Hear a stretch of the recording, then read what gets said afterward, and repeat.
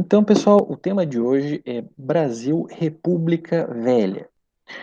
É um tema bem interessante. Ele começa. O terceiro ano a gente vai trabalhar essa parte mais contemporânea e é importante a gente rememorar o início da história do Brasil enquanto república, certo? O que é uma república, né? República vem do latim res publica, coisa pública. É uma estrutura política de Estado ou forma de governo em que, segundo Cícero, que foi um filósofo romano, são necessárias três condições fundamentais para caracterizá-la: um número razoável de pessoas, uma comunidade de interesses e de fins, e um consenso do direito. Cícero, ele era um filósofo romano e os romanos, a república é uma ideia que vem lá dos gregos, né? Mas que os romanos adotaram também e é uma forma de organização que ela é diferente, por exemplo, da monarquia. Na monarquia, tu tem um chefe de Estado que ele é de uma família, e aí se a gente for retomar as histórias de monarquias, era um rei escolhido por Deus, tá? Mas quem é esse Deus que escolhe? Quem é que disse que Deus escolhe tal representante? Então, era uma forma muito complicada de se definir quem seria o chefe daquele Estado, né? Então, a república é uma forma de organização que surgiu lá na Grécia Antiga. Platão vai falar, tem um livro chamado A República, em que ele vai falar sobre isso. E os romanos também pegam essa ideia e transformam Roma numa república, que cresce, depois vira um império, mas isso é uma outra história. Mas então, a ideia de república, ela é uma ideia que vem até os dias de hoje e ela é bem interessante. Por quê? Ela é uma forma de governo na qual o chefe do Estado é eleito pelo povo e seus representantes. Não é assim, é o mais forte, é o mais veloz, é o mais destemido, é o mais alto, é o mais baixo, é o mais gordo, é o mais magro. Não. Ele é definido pelo conjunto dos cidadãos daquele lugar, daquele grupo, né? Então, a sua chefia, a chefia da República, tem uma duração limitada. Então, ninguém vai ter um poder absoluto e eterno, né? O mandato tem uma duração típica de 4 ou 5 anos, havendo em geral uma limitação do número consecutivo de mandatos. Por exemplo, tu tem uma eleição e uma reeleição. Para quê? Para limitar, para não haver uma tirania. Tirania era um outro sistema de governo em que uma pessoa pegava o poder à força, quem fosse mais forte, ou quem tivesse o poder das armas, uh, pegava o poder de mando dentro de um determinado grupo, determinada comunidade, e ficava lá até morrer. Nomeava um filho ou um escolhido seu. Na República, não. Na República, a soberania é do povo, é do cidadão. São o conjunto das pessoas que botam um chefe que vai organizar, que vai planejar, que vai cuidar da coisa pública. Coisa pública que é a política, que é a comunidade, certo? Então, a eleição do chefe de Estado, por regra, chamado presidente da República, é normalmente realizada através do voto livre e secreto. Em alguns locais acontecia, como na República Velha, a gente vai ver daqui a pouquinho, o voto aberto, mas isso acarretava uma série de problemas. Então, o presidente ele é eleito através do voto das pessoas e não como se fosse um escolhido ou pertencente a uma determinada família. Dependendo do sistema de governo, o presidente da república pode ou não acumular o poder executivo. Por exemplo, numa república parlamentarista, o presidente é o chefe de Estado, ele representa o país, e o chefe de governo ele é eleito pela Câmara de Deputados. No presidencialismo, o chefe de Estado e o chefe de governo são a mesma pessoa, né? Então, o presidente ele tem um determinado poder, mas ele é um poder limitado por uma Constituição. O poder não é totalmente aglutinado em uma pessoa só. Numa monarquia, como por exemplo lá na época do Luís XIV na França, uh, o rei chegava a dizer: ah, o Estado sou eu sou o Todo-Poderoso. Né? Então, o rei tinha um poder de governar o país, tinha um poder de legislar, ou seja, fazer as leis, e tinha um poder também de julgamento. Ele indicava o juiz que ia julgar. Então, ele tinha um poder total sobre a vida das pessoas. Numa república, o poder ele é mais dividido. Por exemplo, nós temos a divisão em três poderes: tem o poder legislativo, poder executivo e poder judiciário. O presidente é o chefe do poder executivo, ou seja, ele executa o plano de governo. O poder legislativo cuida das leis, ele vai fazer as leis que vão valer para essa república. Então, um fiscaliza o outro, e o poder judiciário, ele julga as leis que são feitas pelo legislativo e são aprovadas pelo executivo. Então, existe um contrabalanceamento de poderes que faz com que ninguém tenha mais poder do que o outro. Então, por isso que a república e a democracia é o sistema de poder mais justo e vigente na maior parte dos países, apesar de que em alguns lugares tem mais ou menos democracia, mas a república é um sistema predominante no mundo hoje. Bom, vindo para a história do Brasil, o Brasil não foi sempre uma república.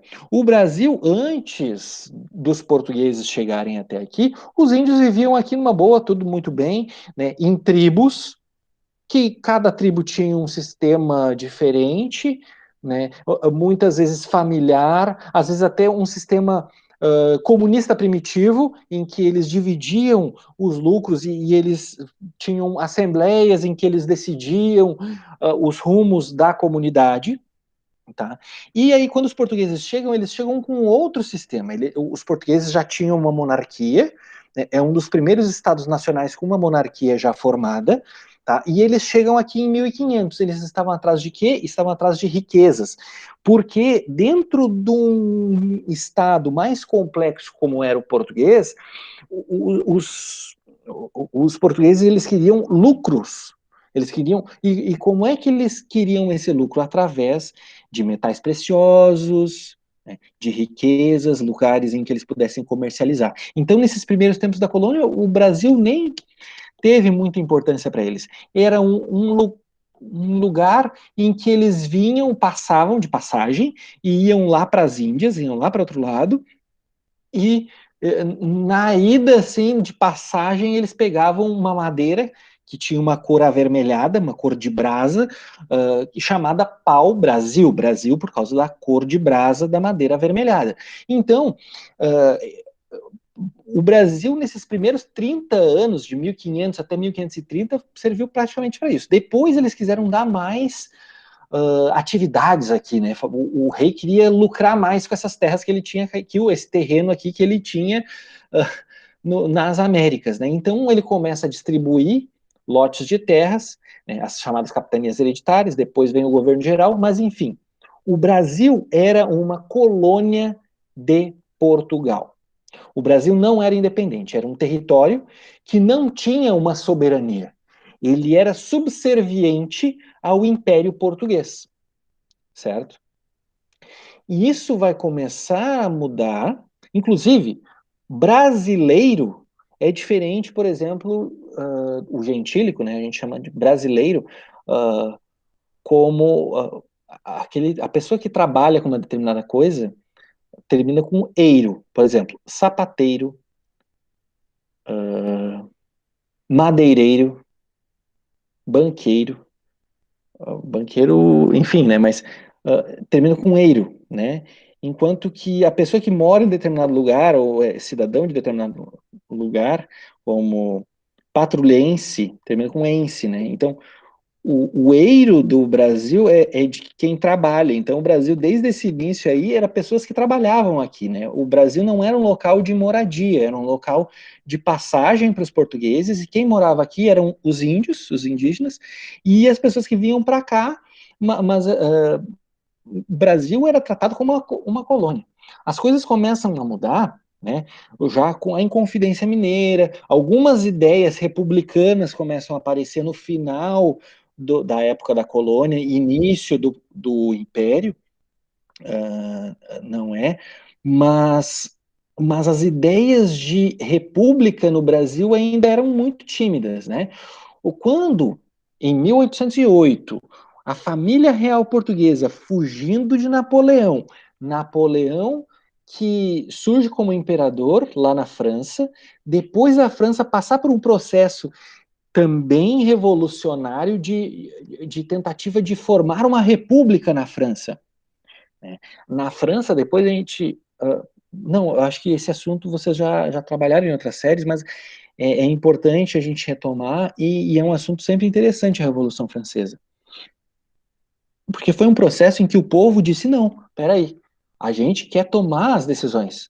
Não é qualquer pessoa aí que vai tomar as decisões para nós. Quem esses reis pensam que são? A gente tem que eleger os nossos representantes. E então as ideias de monarquia já começam a cair na Europa, né? O rei de Portugal, já sendo combatido pelo Napoleão, vem para o Brasil e transfere a capital do Império Português de Lisboa para o Rio de Janeiro. E aí o Brasil é elevado ali, ó, se vocês estão vendo ali, ó, tem o Brasil Colônia e Brasil Império, né? Entre Colônia e Império, de 1808 até 1822, tem um espaço, né? Entre aqueles anos ali. Naqueles anos ali, o Brasil foi um reino unido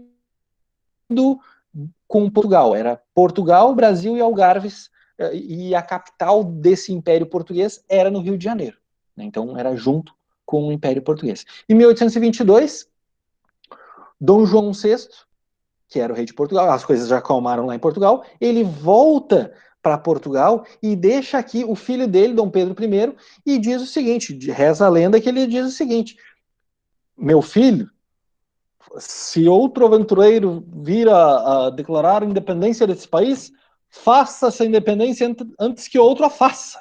Então, Dom Pedro, ele era da família real portuguesa e declara independência em 1822. Então, quer dizer, o Brasil declara independência, mas continua na mão da mesma família. E o Brasil adota como sistema de governo uma monarquia, que era o império, um imperador, né, tem o papel de rei, né, o imperador e rei é praticamente a mesma coisa, a diferença é que o imperador é de uma extensão de terras maior. Então, o Brasil, ele se torna independente, mas independente naquelas, né? Continua com a mesma família dominando, continua economicamente muito ligado aos impérios europeus, principalmente Inglaterra, que estava dominando até Portugal, tinha muita influência sobre Portugal. Então, quer dizer, o Brasil estava independente, mas não muito, né? Aí depois nós temos o período regencial e depois o filho do Dom Pedro I, Dom Pedro II, que foi um cara que desde pequeno, lá, desde criança, ele foi educado e treinado para ser imperador. Era um cara inteligente, ele vai governar o Brasil até 1889. Chegando ali pela década de 1880, bom, o Brasil já estava com várias questões ali que já não se sustentavam mais. O Brasil vai ser o último país a abolir a escravidão, por exemplo, em 1888. Então, ó, enquanto que em outros países, a Argentina, por exemplo, ela vai se tornar independente da Espanha e já instituir uma república com presidentes eleitos pelo voto, enquanto que os Estados Unidos, lá em 1776, vai instituir, com a Revolução Americana, a independência americana, vai instituir já uma república com eleição para presidente, o Brasil só vai deixar de ser monarquia lá em 1889.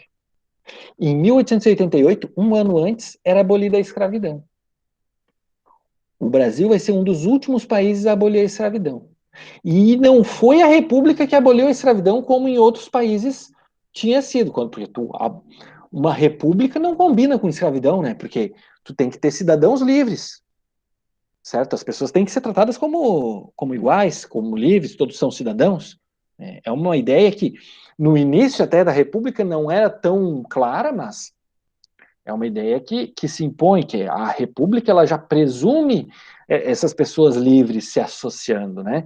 Então, a abolição da escravidão, ela é da época do Império ainda, um ano antes da proclamação da República. Então, o Império do Brasil estava combalido, estava já obsoleto, e começa a ter várias ideias republicanas no Brasil.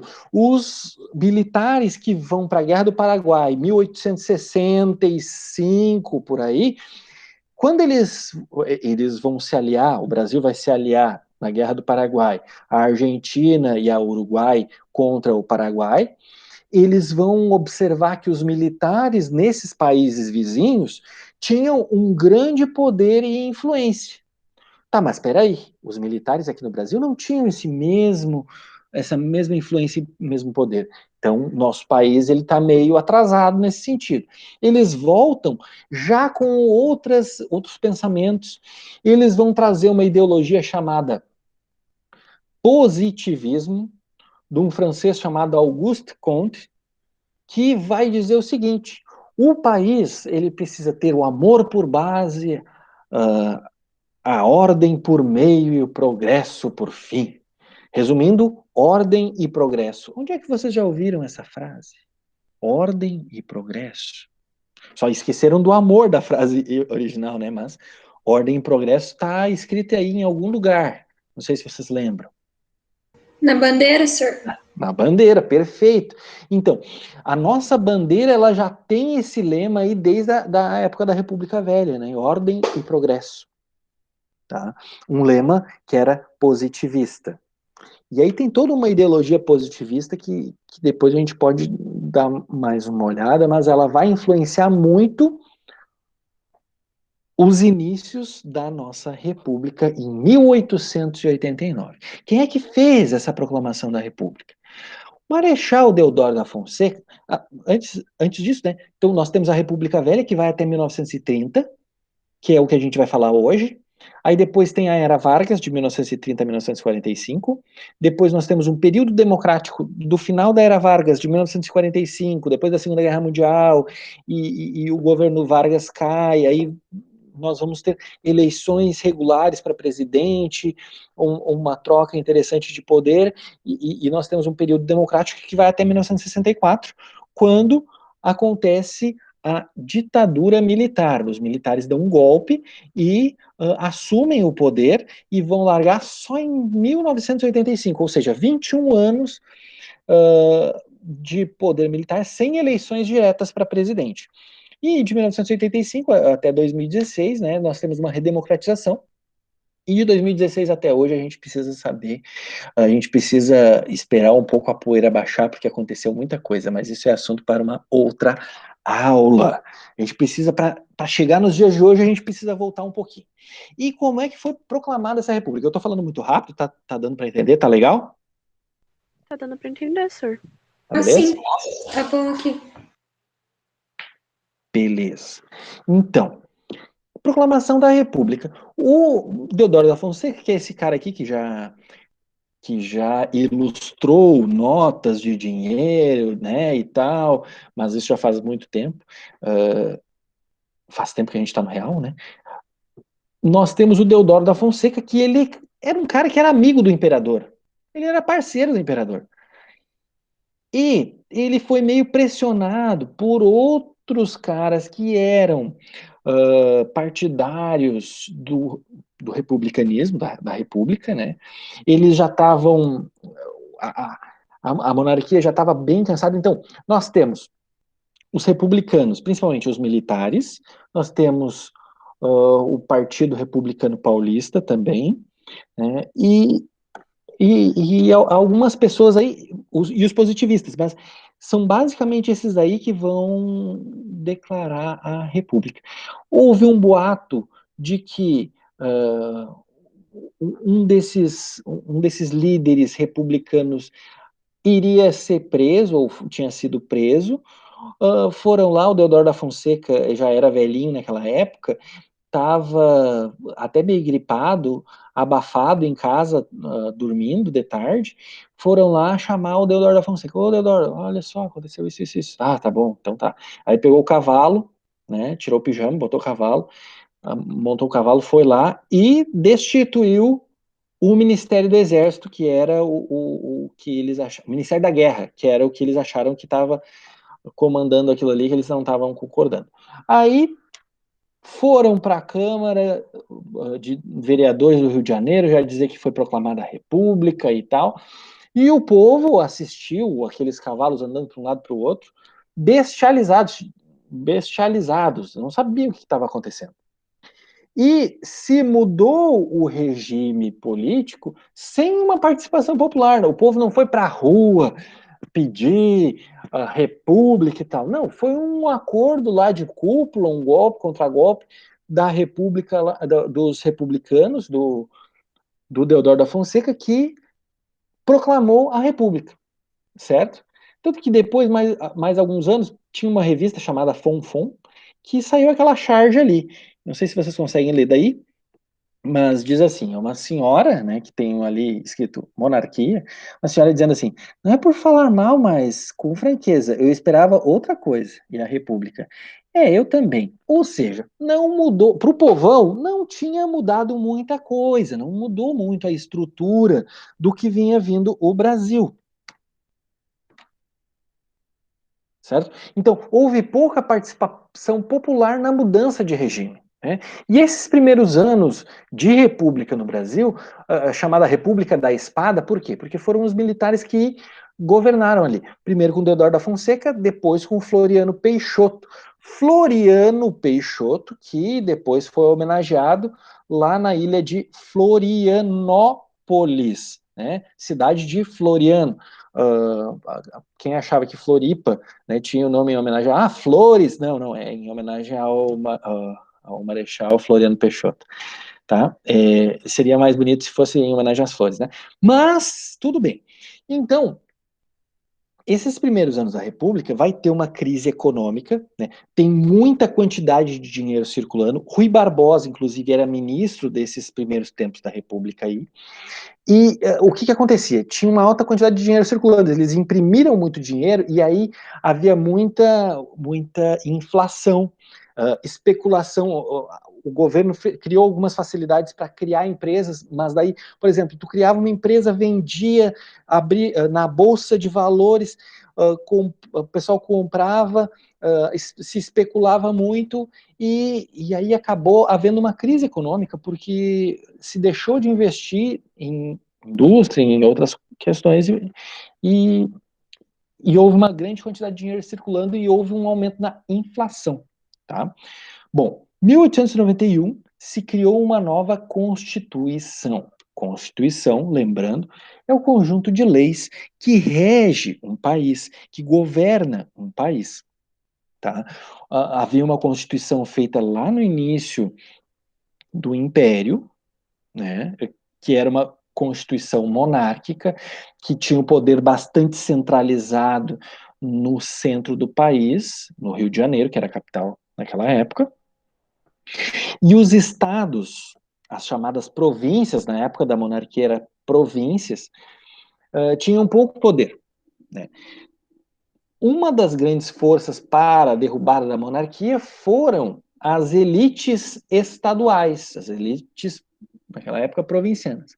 Quando é feita a nova Constituição de 1891, as chamadas províncias passam a ser chamadas de estados, como hoje o estado do Rio Grande do Sul, estado de Santa Catarina, estado do Paraná.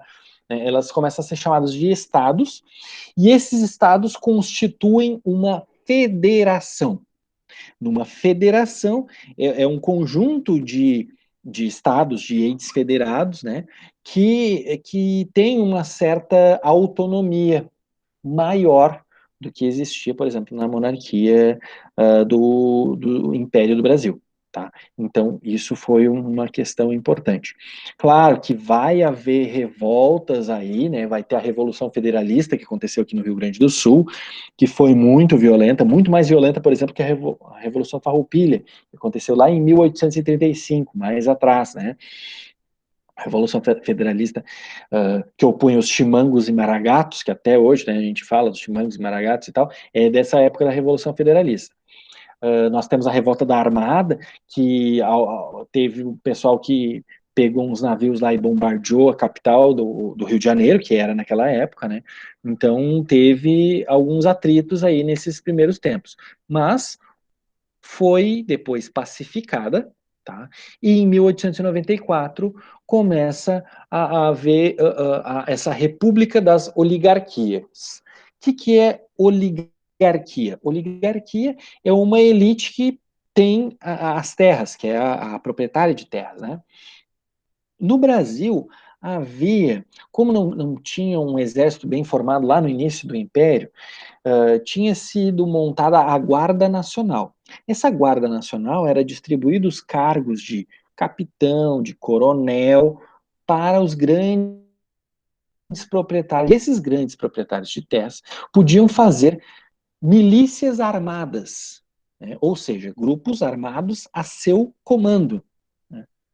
Mas não era uma tropa regular, era algo privado, digamos assim, de cada um desses chamados coronéis. Daí que vem aquela coisa, o coronel, não sei o quê. O coronel era esse dono de uma fazenda, por exemplo, né, e que ele tinha lá os seus jagunços, né, e as pequenas localidades eram dominadas por esses coronéis, né, é o chamado coronelismo. Tá, mas como é que ela influenciava nas disputas, né? Bom, nós temos daí o quê? Uma, um direcionamento, por exemplo, o coronel lá de uma cidade pequena, sei lá, chamada Santo Antônio. Bom, lá em Santo Antônio, os coronéis ali diziam, não, esse aqui é o meu candidato, e esse candidato aqui, ele vai fazer a lei tal, ele vai governar assim, ele vai me favorecer. Então, os eleitores têm que seguir essa minha cartilha, né? Então, os coronéis, eles dominavam a cena política. Por quê? Tá, mas o voto não era secreto? Pois é, na República Velha, o voto não era secreto. Na República Velha, por exemplo, tu chegava na sessão de votação, não sei, vocês já votam? Quem aqui já vota? Eu, professor. Beleza, mais alguém?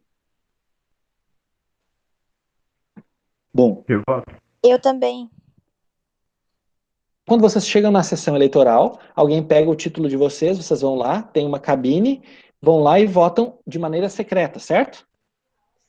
Sim. Sabe como é que era naquela época? Naquela época era o seguinte, tu chegava no colégio lá, ou no lugar onde fazia a votação, tu chegava e tu entrava na sala, e o mesário que ficava ali, ficava anotando e te perguntava, em quem o senhor ou a senhora vai votar? Ah, não, senhora não, porque naquela época a mulher não votava. Mulher não podia votar naquela época, bem democrático, né? O cara chegava lá e era perguntado, tá, em quem o senhor vai votar? E aí tinha que falar em voz alta, certo? É meio tenso, né?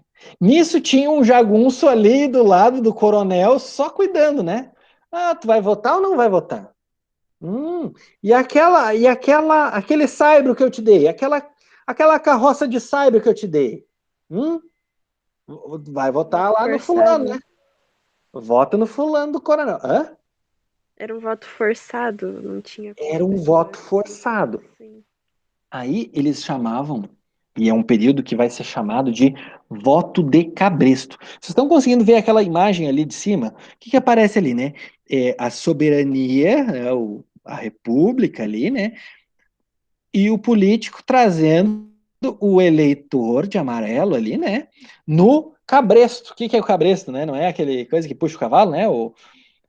Então, era o voto de cabresto. O coronelismo ele tinha essa dinâmica aí de ser um voto forçado, como disse Eduardo, de ser um voto levado ali no cabresto. né? Naquela época havia muita compra de votos, né? A gente sabe que existia diversas formas de fraudar a eleição. Então, era uma república, mas era nesses moldes aí, né? Esses coronéis, geralmente, eles eram de uma elite. O Brasil era uma economia agroexportadora, tinha no café o seu principal produto, exportava café para o mundo todo, né? Então, os barões, os chamados barões do café, eram os mais poderosos. E esse dinheiro que veio com o café, ele serviu para um certo desenvolvimento industrial. Ele não foi muito alto, né? Mas começou um certo desenvolvimento industrial, principalmente aonde se concentravam essas famílias dos barões do café, que era São Paulo. Não é à toa que até hoje São Paulo é a cidade mais rica do país. Por quê? Porque lá que estavam as famílias dos grandes proprietários de terra de café, né, de produção de café. E essas cidades que começaram a crescer de maneira desordenada, começaram a fazer o quê? Uma modernização. Tá, mas como é que era essa modernização, né? As pessoas que moravam em casas humildes no centro da cidade começaram a ser expulsas do centro da cidade para ser construídas largas avenidas, né? Estava começando a ter mais movimento nessas cidades. Então, a gente pode ver ali, por exemplo, que essa praça aqui no Rio de Janeiro foi demolido diversos casebres para construir uma larga avenida lá, a Avenida Rio Branco, lá no Rio de Janeiro, né? Então, tinham essas dinâmicas aí. Nesses contextos, claro que nós tivemos movimentos sociais também nessa Primeira República. Tá? Por exemplo, lá no Nordeste, nós temos uma figura chamada Antônio Conselheiro, que ele vai, como o povo lá, os sertanejos, eram muito sofridos e tal, ele começou a ter um discurso messiânico, né? Quando existe um líder com conotação meio que religiosa, que as pessoas acreditam como se fosse uma espécie de Deus na Terra, né? É um chamado movimento messiânico, né? As pessoas ficam meio que hipnotizadas e são levadas por esse líder a fazer o que esse líder mandar e tal, né? Mas o Antônio Conselheiro, ele era monarquista e ele dizia, e ele era contrário a essa república, e ele vai fazer um arraial, né, ou seja, um povoado lá no Nordeste, chamado Canudos, né? E em Canudos eles vão se organizar, e ao invés do governo brasileiro entender essa dinâmica, tentar conversar, tentar dialogar e chegar a um acordo, não. Eles mandaram o exército e arrasaram com Canudos, né? Destruíram com o povoado. Ô, professor, Sim. tem uma coisa, uma curiosidade sobre isso, que na verdade, isso aí foi pouco depois da abolição, né, da Foi. escravatura, que naquela época, como os negros estavam em cortiços, né, por relação de não terem onde ficar, surgiu aquela lei lá que eles não podiam andar descalços e desarrumados assim na rua. Uhum. Aí eles falaram, né, para os ex-escravos que se eles participassem dessa destruição de Canudos, eles iam ganhar uma casa depois, e isso nunca aconteceu. Exatamente. Exatamente. Mais uma das injustiças que ocorrem no Brasil, né? Então eles foram lá, arrasaram com Canudos, e depois, quando voltaram, não tinham aonde ficar, né? Muitos foram se fazendo casas e povoando as favelas lá no Rio de Janeiro, né? Foi o surgimento da primeira favela, né, no Morro da Providência. Exatamente, exatamente. Eles... Oi, pode falar. Não, ia dizer se era as caixas dos canhões, né, da própria guerra ali de Canudos que eles usaram para fazer esses casebres na primeira favela, né? Exatamente, exatamente. E a história de Canudos, ela está escrita num clássico da literatura brasileira que se originou das reportagens feitas por um jornalista chamado Euclides da Cunha, que vai escrever Os Sertões, né? E nos Sertões, provavelmente a professora de literatura vai trabalhar ou já trabalhou com vocês, né? Ele vai narrar sobre a história de Canudos, né? Quando, ao final, sobraram apenas 2 velhos e uma criança contra 3.000 soldados. E arrasaram o povoado, né? Então, é uma dessas injustiças que ocorre no Brasil, né? Pode falar. Não, eu ia dizer que o que tanto os sertões quanto aquele, o cortiço, é para tratar um pouco disso também, né? É verdade, bem lembrado. Mas a última coisa que a gente trata nas aulas de literatura é sobre livros. E a literatura, ela está muito junta da história, né? A gente precisa, para entender, por exemplo, uma determinada obra, tu que gosta bastante de livros, né, Ana? A gente precisa sempre entender o contexto em que ela é Sim. escrita. E aí a gente consegue entender melhor, né, aquele livro ali, sabendo, entendendo um pouco o contexto. Então, história e literatura sempre andam muito juntas, né? Sim, às vezes, quando tu vai ler algum livro, na verdade o livro ele pode ser interpretado de uma forma até tu saber em que época ele foi escrito, o que estava acontecendo naquela época. Depois que tu sabe disso, muda completamente, né? É verdade, é verdade. Bom, nós temos também um movimento chamado contestado, que ocorre aqui em Santa Catarina, né? Nós temos no Nordeste também o cangaço, que vai ter diversos grupos, né, de cangaceiros nessas regiões aí do Nordeste. O mais famoso é o do Lampião, né, Lampião e Maria Bonita, né, que foi retratado em livro, em filme, em diversos lugares, né? Nós temos também, no Rio de Janeiro, a revolta da vacina.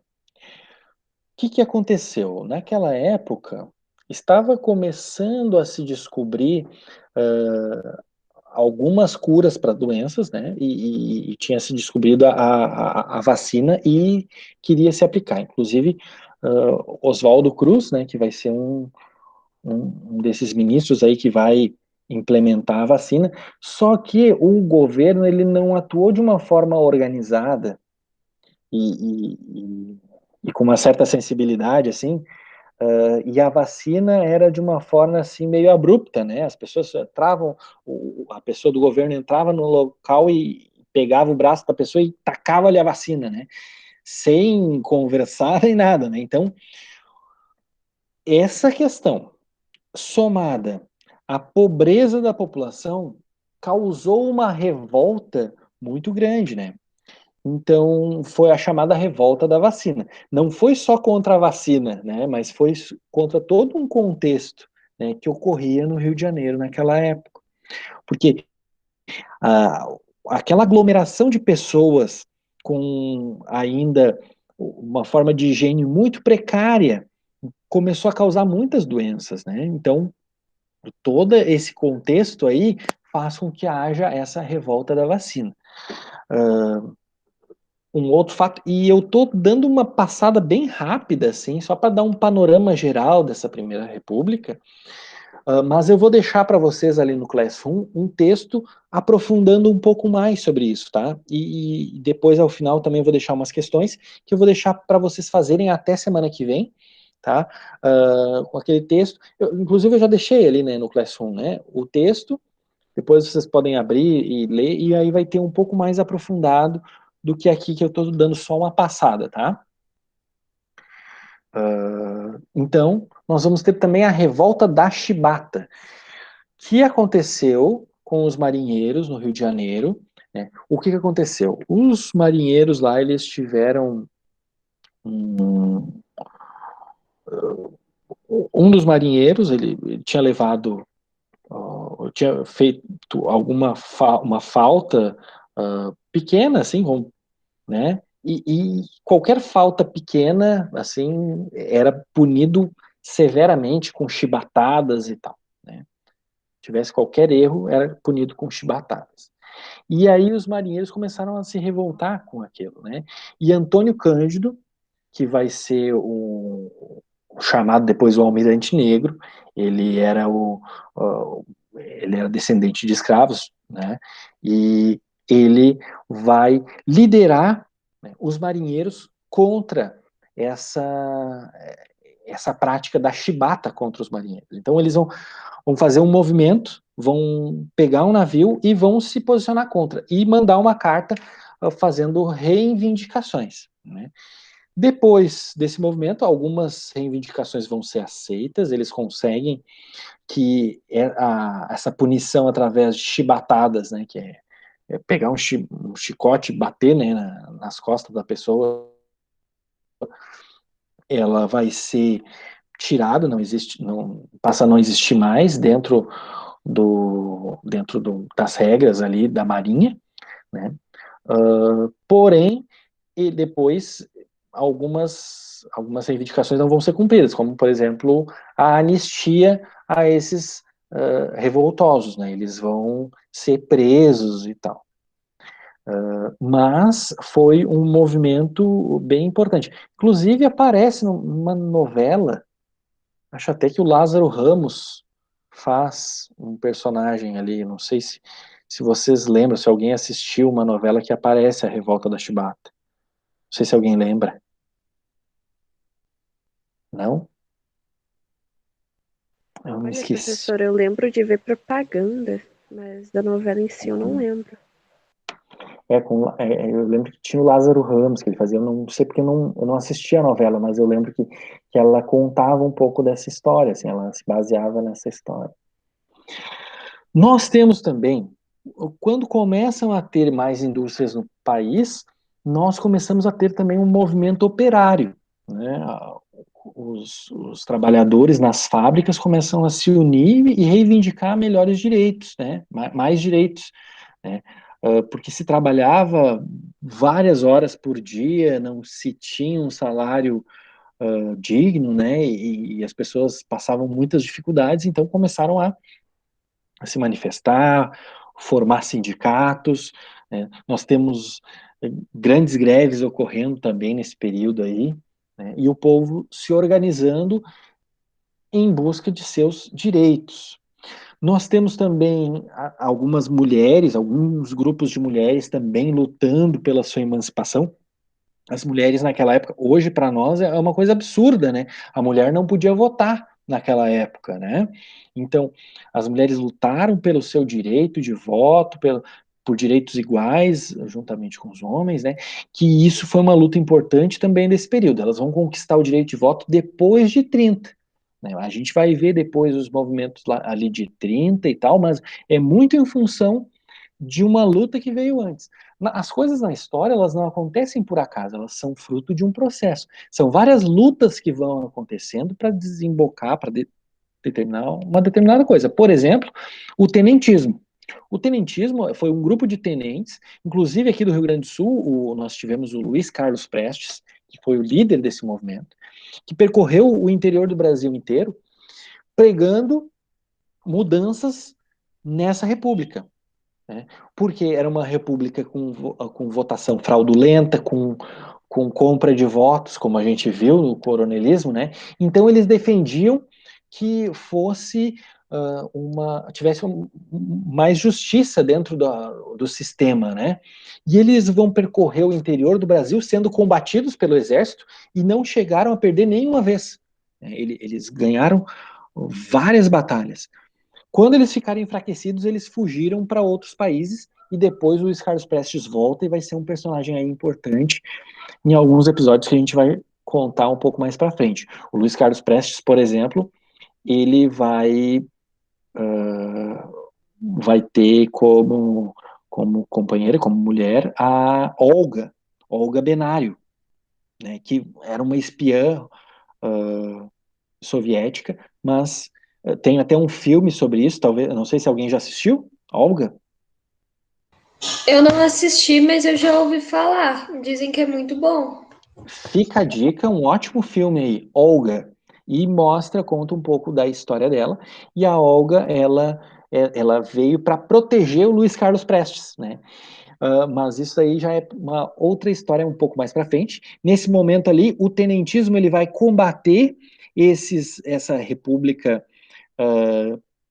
fraudulenta, cheia de corrupção, e depois do tenentismo, o tenentismo enfraquece, o Luiz Carlos Prestes vai para a Bolívia pedir asilo, e os outros integrantes também vão para outros países, mas esse movimento vai desembocar na Revolução de 1930, que vai ser quando a República se transforma e termina essa política do café com leite, porque quem governava o país ou era alguém da elite de São Paulo, representante do café, ou alguém ligado à elite de Minas Gerais, que era ligada à produção do gado leiteiro. Então, por isso, a política do café com leite, né? Nós também temos a Semana de Arte Moderna de 1922. Intelectuais e artistas fazem uma Semana de Arte Moderna com uma arte buscando uma brasilidade, buscando uma nova forma de ver a arte, uma arte legitimamente brasileira, e é um movimento bastante interessante que ocorre ali por 1922. Então, nessa década aí de 1920, começa a acontecer mudanças importantes aí no Brasil. Certo? Até aí tudo bem? Sim. Tudo certo. Beleza. Então, o que eu quero que vocês façam? Tem essas questões aqui para a gente poder pensar um pouco sobre esse conteúdo para recapitular. O que é república? Como ela se iniciou no Brasil? O que foi o coronelismo? Explique como ocorreu a chamada revolta da vacina. 4. Quais foram as consequências da revolta da chibata? De acordo com isso que a gente viu aqui na apresentação que eu fiz para vocês, e com o texto que está lá no Classroom, eu quero que vocês respondam essas questões. Certo? Aqui estão as referências da onde eu tirei essas histórias aqui. Tá? Alguma dúvida, alguma colocação? O que acharam da aula? Foi legal? Eu gostei da aula, consegui entender Legal, bem, senhor. foi bem boa. Eu gostei também, senhor. Tu explica bem direitinho. Foi bem boa. Ótimo. Sir, e uma coisa que eu tava pensando agora é, tipo, continua acontecendo compra de voto e tal, só que pelo fato do voto ser secreto, a pessoa não tem certeza se votou realmente ou não em quem devia, em quem comprou o voto.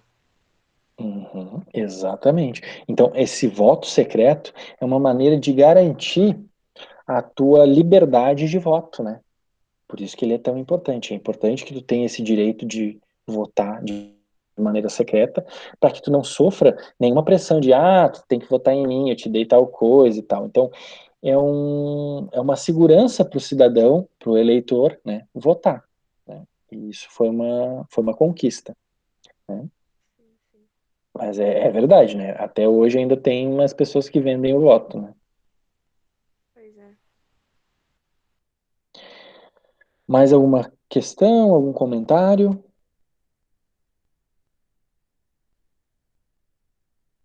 Então tá, pessoal. Eu continuo à disposição de vocês. Se vocês tiverem alguma dúvida, podem mandar lá pelo Classroom ou pelo Whats, tá? Quero agradecer a presença de vocês e bons estudos, certo?